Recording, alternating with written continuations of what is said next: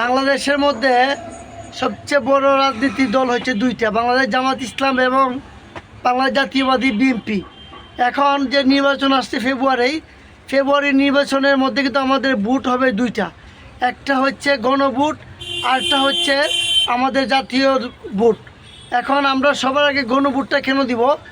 গণভোটটা দেওয়ার নিয়ম হচ্ছে যে আমাদের যে পূর্বে যে সংস্কারগুলো সঠিক করার নতুন করে করার জন্য এই ক্ষেত্রে কিন্তু আমরা নতুন করে সংস্কার করব কি না, নতুন করে কোনো উদ্যোগ নেব কি না, যেগুলো অসমস্ত কাজগুলা আমরা নতুন করে করব কি না, এই জন্য কিন্তু গণভোট।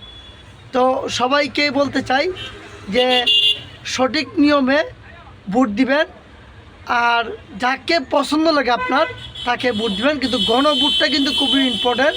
একটা গণভোটে কিন্তু পুরো রাষ্ট্রর অনেক কিছু চেঞ্জ হয়ে যায়, কারণ আপনার গণভোটেই কিন্তু পূর্বে যে সংস্কারগুলো কাজগুলো রয়েছে ইতিমধ্যে এগুলো হয়ে যাবে।